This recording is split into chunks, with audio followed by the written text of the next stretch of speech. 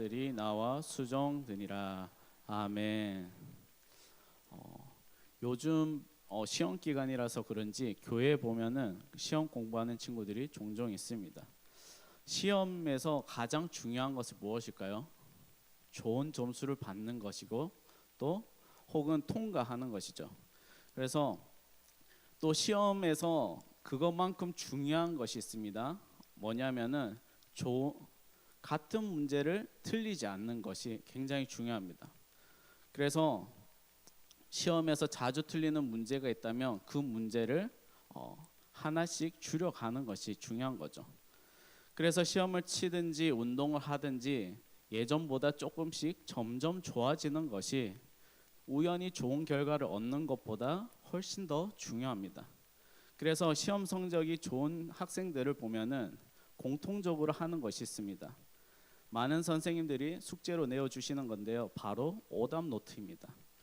과목별로 그리고 유형별로 문제들을 정리해서 다음번에는 같은 유형의 문제를 틀리지 않도록 실수하지 않도록 정리하는 것이죠. 틀린 문제를 어떻게 풀어서 틀렸는지 확인하고 올바른 풀이법, 공식과 답을 정리하는 것입니다. 오답 노트가 학교 성적을 위해서 자격증을 딸 때만 필요한 것이 아니라 우리 인생에서도 굉장히 중요합니다. 더욱이 하나님의 자녀들에게는 이 오답 노트가 꼭 필요해서 오늘 말씀의 준비를 해봤습니다. 광야는 하나님이 믿는 자들에게 꼭 통과해야 하는 공간이며 영적 시험의 장입니다. 시험에서 가장 중요한 것이 뭐라고 했을까요? 안 틀리는 거라 했죠. 예. 빨리 제출하는 것보다 중요한 것은 답을 정확하게 적어내는 것입니다. 그런데 우리가 답을 정확하게 또 적어내려다가 시간이 너무 늦으면 또 됩니까? 안 됩니까? 안 됩니다. 그렇죠? 그리고 중요한 시험들은 재시험 제도가 많이 있어요. 그런데 이 재시험 치는 것들이 막 다음날 바로 칠 수 있는 게 아니라 몇 개월 혹은 1년, 어떤 거는 2년을 기다려야 하는 것도 있고 길게는 5년에 한 번 치는 시험들도 있습니다. 저도 1년을 기다려서 한번 재수를 해본 적이 있습니다. 재수를 하면 어떤 마음이냐면요, 삶은 더욱 바빠지고 더 많은 시간을 들여야 하고 더 많은 힘을 들여서 시험을 준비했던 기억이 있습니다. 체감뿐만 아니라 심리적으로도 굉장히 어려웠던 것 같습니다. 광야가 우리 삶에서 치러지는 시험과 너무나 닮은 것은 한 번에 통과하지 못하면 계속되는 시험 앞에서 무너질 수도 있다는 것입니다. 갈수록 시험이 어렵게 느껴진다는 것이죠. 광야 시험을 단체로 받기도 하는데요. 대표적으로 누가 있을까요? 이스라엘입니다.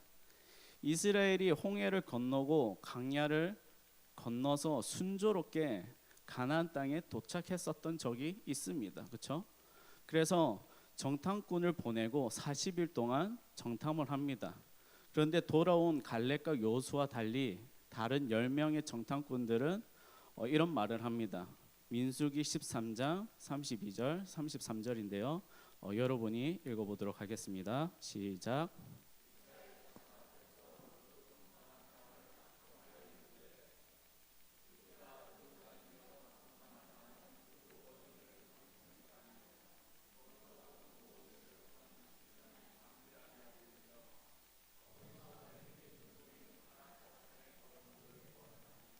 우리는 스스로 보기에도 메뚜기 같으니 그들이 보기에도 그와 같을 것이니라.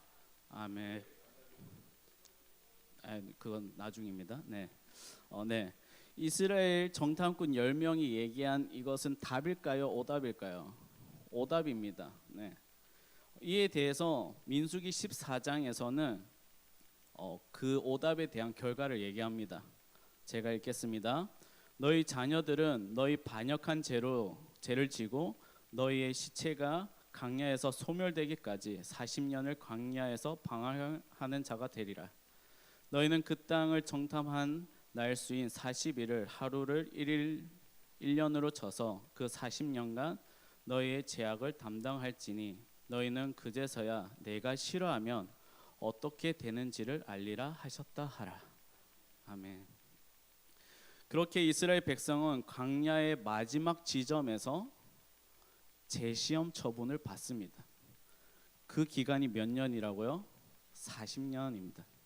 그렇게 광야 시험을 다시 치르게 된 그 과정에서는 엄청난 오답들을 제출합니다. 그 내용들이 민수기에 굉장히 많이 나옵니다.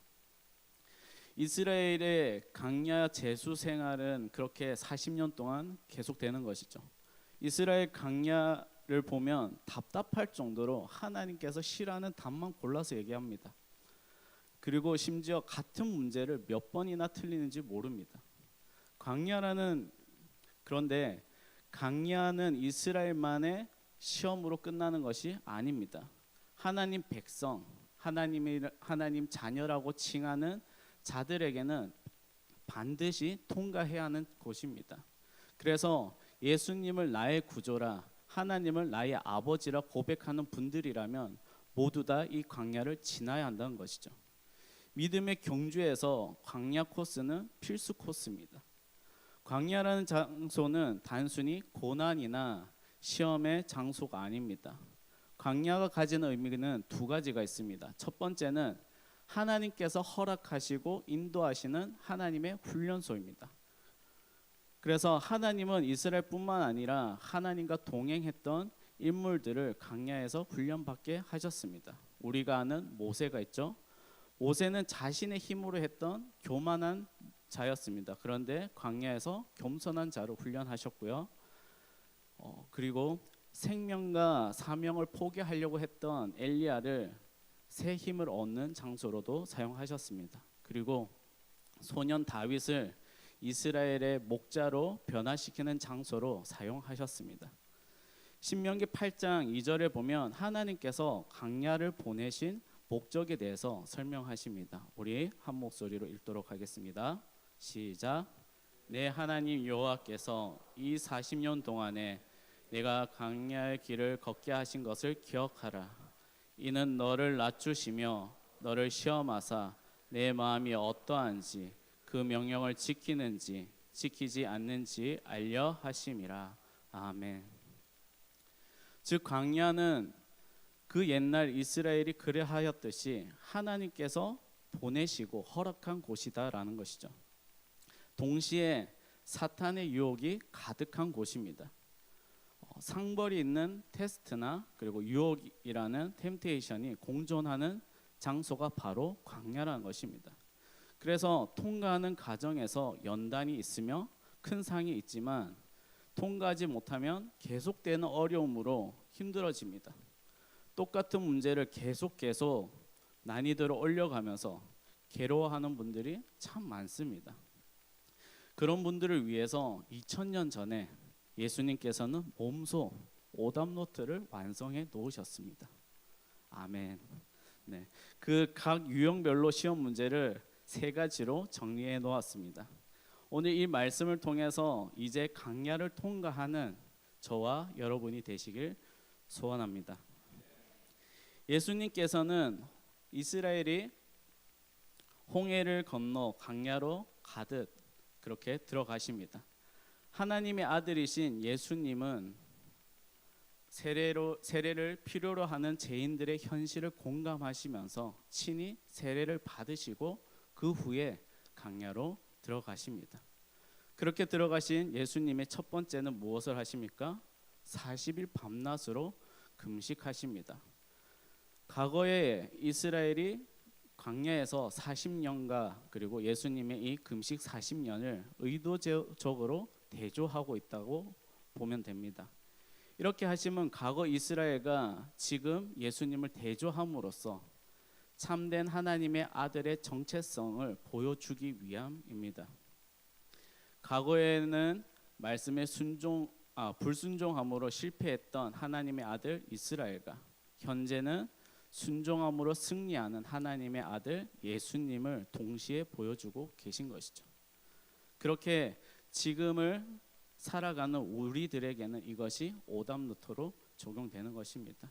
그렇게 예수님께서는 오답노트를 펼치시고 광야를 통과하도록 친히 시험을 치르시고 우리에게 가르치고 있다는 것입니다. 광야에서 마귀는 시험 문제를 내고 있습니다. 그런데 이 모든 것을 허락하시는 분이 누구다? 바로 하나님이시라는 것이죠. 시험 문제를 통해 광야에서 그 목적이 무엇인지, 답이 무엇인지를 가르쳐 주고 있습니다. 예수님은 40일 주야로 금식하신 후에 정신과 육체가 굉장히 연약한 상태에서 마귀의 유혹 앞에 섭니다.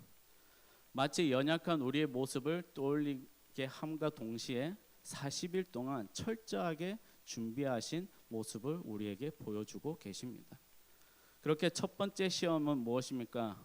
돌을 떡이 되게 할 능력이 있느냐라는 시험입니다. 마귀는 이렇게 시험 앞에서 전제를 하나 두는데요. 마태복음 4장 3절을 함께 보도록 하겠습니다. 시작.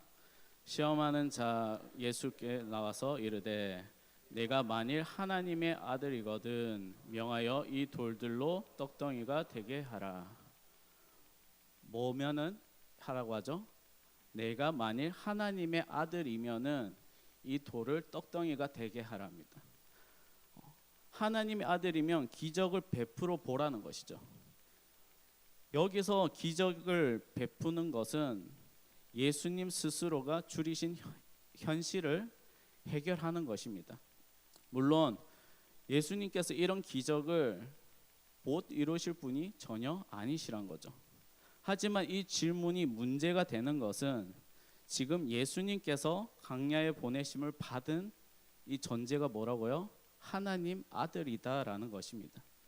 과거 광야에서 생명을 해결해 주시는 분은 오직 하나님이라는 사실을 배워야 했던 이스라엘이었습니다. 구원해 주시는 하나님, 심지어 하나님께서는 이스라엘에게 이렇게 말씀하셨죠. 내가 너를 낳았다라고 하실 만큼 하셨던 그 하나님이 지금 현실을 해결해 주실 것이라는 신뢰를 배워야 했던 것이죠. 그 실패했던 자리에서 똑같은 질문을 받고 계십니다.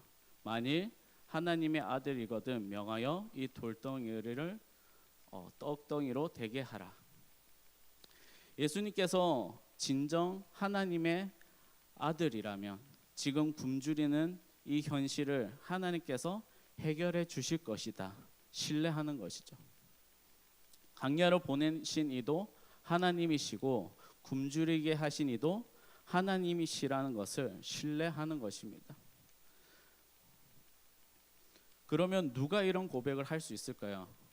온전히 하나님만 신뢰하는 자들만이 이런 고백을 하는 것입니다. 첫 번째 훈련이며 시험의 목적은 하나님의 아들이 온전히 하나님만을 신뢰하고 의지하는 것입니다. 앞에서 말씀드린 바와 같이 광야는 그냥 통과하는 관문이 아니라 동시에 하나님의 훈련이기 때문입니다. 누군가는 스스로 고통스러운 굶주림의 현실에서 해결하고 벗어날 수 있습니다. 여러 가지 방법이 있겠죠. 극단적인 방법도 있을 것이고 수단과 방법을 가리지 않는 방법들이 있습니다. 그러나 우리가 기억해야 하는 것은요. 그 현실, 그 상황을 허락하신 분이 하나님이시라는 것입니다. 거기에는 하나님의 뜻이 있고 그리고 하나님께서 인도하신다는 것을 우리는 기억해야 합니다. 지금 사탄의 시험은 하나님이 허락하신 현실에서 하나님의 아들됨의 특권으로 하나님의 아들을 거부하라는 유혹을 하고 있는 것입니다. 신명기 8장 3절로 예수님께서는 이렇게 대답하십니다. 같이 함께 읽겠습니다. 시작. 너를 줄이게 하시며 또 너도 알지 못하며 내 조상도 알지 못하던 만나를 내게 먹이신 것은 사람이 떡으로만 사는 것이 아니요 여호와의 입에서 나오는 모든 말씀으로 사는 줄을 내가 알게 하려 하심이라. 아멘.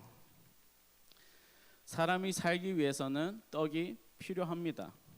하지만 광야에서 떡을 먹고 생존하는 것보다 더 중요한 목적은 하나님의 아들로서의 삶을 살아가는 방식이 있다는 것입니다.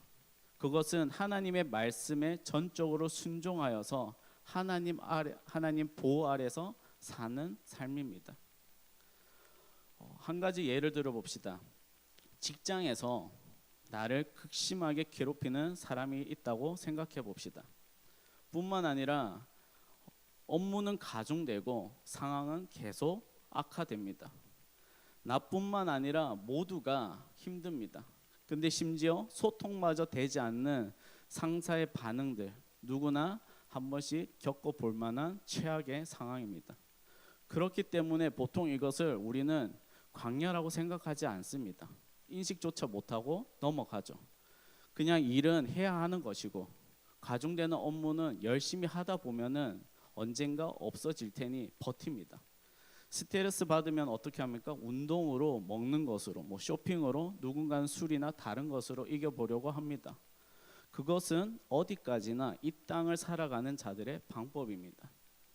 우리는 이 땅에 살아가지만 소속이 어디입니까?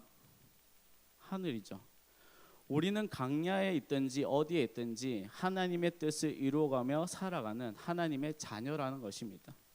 그렇기 때문에 이 모든 상황을 인생과 운명을 스스로 책임지려 하지 말라는 것이죠. 무책임하게 살라는 것이 아닙니다. 열심히 살아야죠. 그러나 나의 운명, 하루하루의 인생이 하나님 손에 붙들려서 그렇게 살아감을 믿고 신뢰하라는 것입니다. 지금 광야에서 40일을 온전히 굶으신 채 기력을 상실하신 예수님은 아무것도 하고 있는 것이 아닙니다. 아주 적극적으로 하나님 뜻을 성취하며 그분을 의지하고 있는 것입니다. 하나님의 아들은 하나님의 입에서 나오는 말씀으로 산다. 그 일에 실패한 과거 하나님의 아들 이스라엘과 대조를 이루고 있는 모습이죠. 명확한 오답 노트를 통해서 이렇게 예수님을 말씀하고 있습니다. 하나님의 자녀들아, 너희가 처해 있는 강야는 너희의 힘으로 이겨내는 것이 아니란다. 돌로 떡을 만들어 먹든 돈으로 떡을 사 먹든 그런 것이 아니란다. 강야를 지나는 것은 하나님의 말씀이 떡을 받아 먹는 것이다 라고 말씀하시는 것입니다. 광야에서는 문화의 발전도 기술의 발전도 승리의 유무와 상관없습니다. 오직 하나님 말씀으로 먹고 승리하는 것이죠. 사랑하는 하나님의 자녀 여러분, 이제 인생을 광야라고 불리는 곳에서 떡의 시험을 완전히 통과하여서 하나님 말씀으로 배불리시길 축복합니다. 두 번째 시험입니다. 두 번째 시험은 사탄은 예수님을 성전 꼭대기에 세웁니다. 이것에 대해서 여러 가지 의견들이 많은데요. 실제로 이것이 이루어졌든지 환상으로 이루어졌든지 시험의 본질은 변함이 없습니다. 첫 번째 시험과 동일한 전제로 두 번째 시험도 이어집니다. 6절인데요. 상반절 보면 이렇게 시작됩니다. 이르되 내가 만일 하나님의 아들이거든 뛰어내리라. 기록되었으되 그가 너를 위하여 그 사자들을 명하시리니 그들이 손으로 너를 받들어 발이 돌에 부딪히지 않게 하리로다 하였느니라. 아멘. 성전 꼭대기에서 몸을 던져서 하나님 아들임을 증명하라는 다소 무모한 시험을 합니다. 두 번째 시험에서 사탄은 시험의 근거를 말씀으로 두고 있습니다. 마치 예수님께서 말씀으로 하라 해서 그렇게 하는 것처럼 비꼬고 있는 것 마냥 시험을 내고 있습니다. 그 비꼬면서 인용한 말씀은 시편 191편 11절에서 12절입니다. 그가 너를 위하여 그 천사들을 명하사 내 모든 길에서 너를 지키게 하심이라. 그들의 손으로 너를 붙들어 발이 돌에 부딪히지 아니하게 하리로다. 아멘. 하나님께서 신실한 백성을 늘 보호해 주신다라는 약속의 말씀입니다. 특히 하나님의 천사를 보내서 손으로 그들의 발을 붙들고 부딪히지 않게 하신다는 말입니다. 사탄이 말씀 자체를 왜곡해서 이야기하는 것이 아닙니다. 그 말씀을 근거해서 하나님과 하나님의 아들임을 증명해 보아라라는 것이죠. 아들이 그 아버지의 아들인 것을 증명할 필요가 있습니까? 요즘에는 조금 필요가 있어 보입니다. 뭐 결제할 때, 승인할 때 보면 아주 복잡하게 아버지가 누구인지 체크해야 합니다. 그런데 아버지가 아들을 도와줄 때든지 아들이 아버지를 의지할 때 증명서를 제출할 필요는 없습니다. 예수님께서도 그런 증명할 필요가 없는 것이죠. 왜요? 하나님 아들이시니까요. 과거 이스라엘도 마찬가지였습니다. 그러나 그들은 광야에서 하나님이 자신의 아버지 되심을 끊임없이 시험합니다. 의심합니다.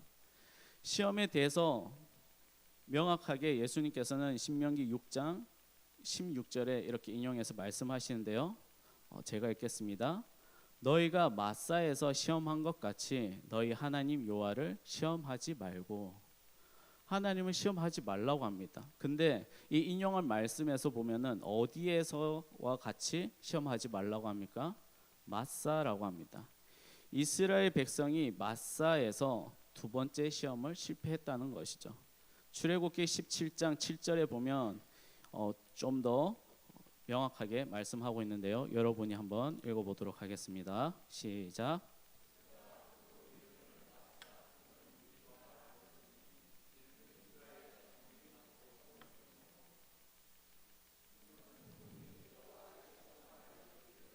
여호와께서 우리 중에 계신가 안 계신가 하였음이더라.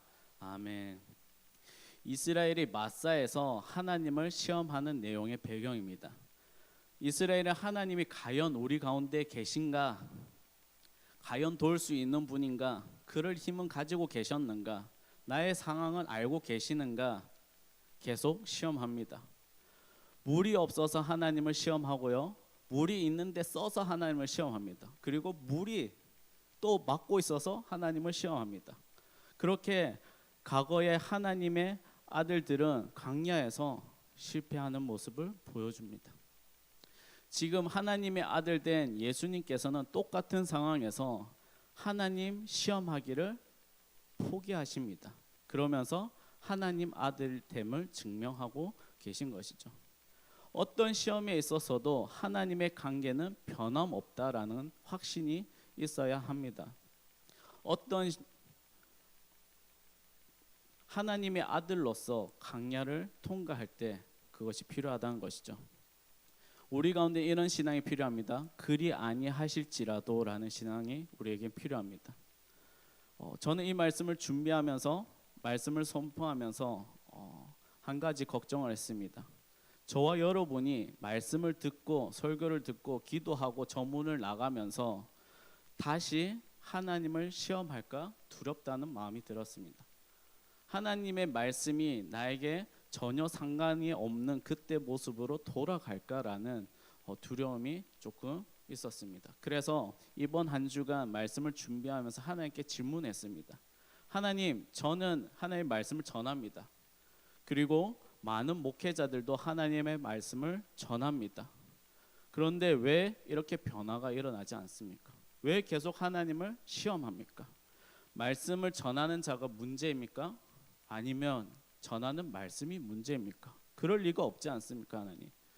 그 질문 가운데 하나님께서 알게 하신 것은 하나님의 자녀들이 하나님의 자녀됨의 삶을 살게 하기 위해서 선지자와 목회자와 수많은 선교사들을 보내서 얼마나 많은 말씀을 전달하셨는지 알게 하셨습니다. 그 말씀을 통해서 변화된 자들이 분명히 있다는 것을 저에게 알게 하셨습니다. 하나님을 시험하지 않는 하나님의 아들들이 생겨났다는 것이죠. 그래서 저는 여기서 선포합니다. 사랑하는 하나님의 자녀 여러분, 하나님을 더 이상 시험하지 마십시오. 하나님은 내가 믿든지 내가 안 믿든지 하나님은 하나님이십니다. 하나님께서 우리의 아버지 되신다고 언약하신 이 언약을 절대로 하나님께서 먼저 폐하지 않으신다는 겁니다. 다니엘과 세 친구들이 고백하였던 것과 같이 설령 나의 시련에서 광야에서 내 생명이 다할지라도 하나님 아버지와 이 관계는 깨어지지 않는다는 것입니다. 그러니 하나님을 시험하는 일을 멈추십시오. 이제는 우리 모든 시련에서, 고통에서, 아픔에서 하나님이 누구심을 기억하시며 그분이 우리 아버지시며 나의 영혼을 책임지시는 분임을 기억하며 살아가는 저와 여러분 되시길 축복합니다. 마지막 시험입니다. 사탄은 지극히 높은 산을 데려가 천하만국을 보여줍니다. 그곳에서 이렇게 말합니다. 9절입니다. 이르되 만일 내게 엎드려 경배하면 이 모든 것을 내게 주리라. 아멘. 자신에게 경배하면 이 모든 것을 주겠다라고 사탄이 얘기합니다. 이스라엘이 대조되는 이 사건이지만 산 꼭대기를 바라보며 가나안 땅에 들어가지 못한 모세가 보입니다. 그런데 모세는 광야에 들어가지 못해서 광야에서 실패한 자라고 얘기할 수 없습니다. 왜냐하면 모세는 실패하지 않았기 때문입니다. 그러면 어떤 것이 실패입니까? 내가 원하는 것을 위해서 하나님이 아닌 내가 원하는 선택을 하는 것이 실패입니다. 두려워서 가나안 땅으로 올라가지 못한 이스라엘 백성들이 불순종으로 인해서 다시 광야로 돌아가야 하는 상황에 있을 때 그들은 가나안 땅 정복이 아닌 다시 광야로 돌아갔어야 합니다. 그러나 이스라엘 백성은 하나님의 말을 듣지 않고 민수기 14장 40절과 같이 말합니다. 같이 보겠습니다. 시작. 아침에 일찍 일어나 산 꼭대기로 올라가며 이르되 보소서 우리가 여기 있나이다. 우리가 여호와께 허락하신 곳으로 올라가리니 우리가 범죄하였음이니이다. 아멘. 그들이 지금 하는 행동이 뭡니까? 그들의 부르짖음과 죄의 고백은 무엇입니까? 나 광야 돌아가기 싫다는 거죠. 그들의 부르짖음과 죄의 고백은 기도도 아니고 회개도 아닙니다. 자신의 욕망과 가치를 실현하기 위한 아집과 불순종입니다. 우리도 마치 이런 실수를 많이 합니다. 제가 청소년과 그리고 청년기 때 굉장히 힘이 썼던 키워드가 있습니다. 뭐냐면은 영향력입니다. 그리스도인으로서 영향력을 가지라는 메시지였습니다. 이것이 굉장히 오랫동안 있었는데요. 그런데 언제부턴가 그 영향력이라는 단어는 하나님보다 더 중요하게 되었습니다. 하나님 말씀보다 더 중요하게 되어버린 것이죠. 그래서 영향력 있는 사람이 되어서 더 많은 것으로 하나님을 섬기겠다라는 청소년들과 청년들이 많이 생겼습니다. 그 결과 어떻게 됐을까요? 제 주변의 청년들과 청소년들이 결국에 하나님을 떠났습니다. 돌아오지 않고 있어요. 성경의 인물 중에는 또 누가 떠오릅니까? 사울이 떠오릅니다. 아말렉을 치고 모든 것을 멸하라고 사울의 손에 그 아말렉을 맡기셨습니다. 사울은 용맹하게 싸웠습니다. 아말렉을 이겼고요. 아말렉 왕 아각을 사로잡았습니다. 그리고 하나님께 드릴 좋은 것을 남기고 가치 없는 것을 멸했을 때 하나님은 사무엘에게 말씀하십니다. 사무엘상 15장 11절에 이렇게 얘기하십니다. 내가 사울을 왕으로 세운 것을 후회하노니 그가 돌이켜 나를 따르지 아니하며 내 명령을 행하지 아니하였음이니라 하신지라. 사무엘이 근심하여 온 밤을 여호와께 부르짖으니라. 아멘. 여러분은 어떤 것을 위해서 하나님 말씀을 가려웠던 적이 있습니까? 내가 가장 원하는 것을 위해서 예배를 빠져본 적은 있습니까? 혹은 하나님 것이지만 나중에 더 큰 11조를 드리기 위해서 지금 작은 11조를 지키지 않고는 있지 않은가요? 혹은 나중에 더 나은 예배를 드리기 위해서 하루의 휴식을 가져본 적은 없으신가요? 사탄은 우리에게 교묘하게 속입니다. 그런데 우리는 어느 때까지 사탄에게 놀아나야 합니까? 예수님은 십자가에 못 박혀 죽으시면서까지 죄와 사망으로부터 있던 그 자녀 된 우리를 살리셔서 하나님 자녀 되게 하셨습니다. 그런데 우리가 다시 사탄의 자녀가 되기를 원하는 것은 아닐까라는 걱정이 듭니다. 이스라엘의 1세대는 몇 명을 두고 모두 다 실패했습니다. 그러나 하나님의 약속은 신실하게 진행되어서 출애굽한 이스라엘의 2세대들에게 그 약속의 땅을 주셨습니다. 사탄의 시험에는 모순과 거짓말이 공존합니다. 그러니 여러분 속지 마십시오. 천하 만국의 영광을 주실 수 있는 분은 누구십니까? 하나님 여호와십니다. 사탄이 줄 수 있는 것처럼 얘기하지만 그가 줄 수 있지 않습니다. 예수님은 다시 한 번 더 말씀을 인용하셔서 사탄을 물리치십니다. 신명기 6장 13절 우리 한 목소리를 크게 읽도록 하겠습니다. 시작. 내 하나님 여호와를 경외하며 그를 섬기며 그의 이름을 맹세할 것이니라. 아멘. 광야에서 이스라엘이 경배해야 할 대상은 오직 하나님 한 분뿐이십니다. 하나님이 아닌 것을 더 사랑하며 경배한 모두는 하나님 경배하는 일에 실패하였고 광야에서 죽었습니다. 그러나 하나님의 아들 되신 예수님께서는 승리하십니다. 모든 시험이 끝나자 사탄은 물러가고 천사가 예수님께 수종드는 장면으로 하나님의 아들의 완벽한 승리를 보여줍니다.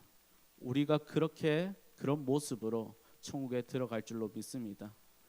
하나님을 온전히 신뢰하고 말씀을 의지하는 것이 광야 같은 현실을 지나 하나님의 자녀의 삶의 방식임을 보여주신 것입니다.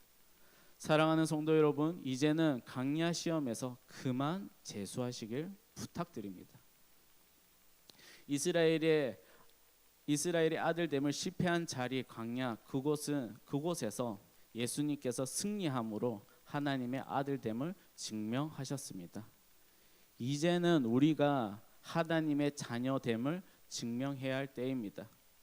우리를 계속해서 넘어뜨리고 천국으로 들어가지 못하게 하는 사탄에게 우리도 하나님 자녀됨을 증명하십시오. 그래서 예수님께서 친히 보여주신 그 오답 노트를 통해서 광야에서 이제 실패자가 아니라 하나님의 자녀된 모습을 나타내는 승리자 되길 축복합니다.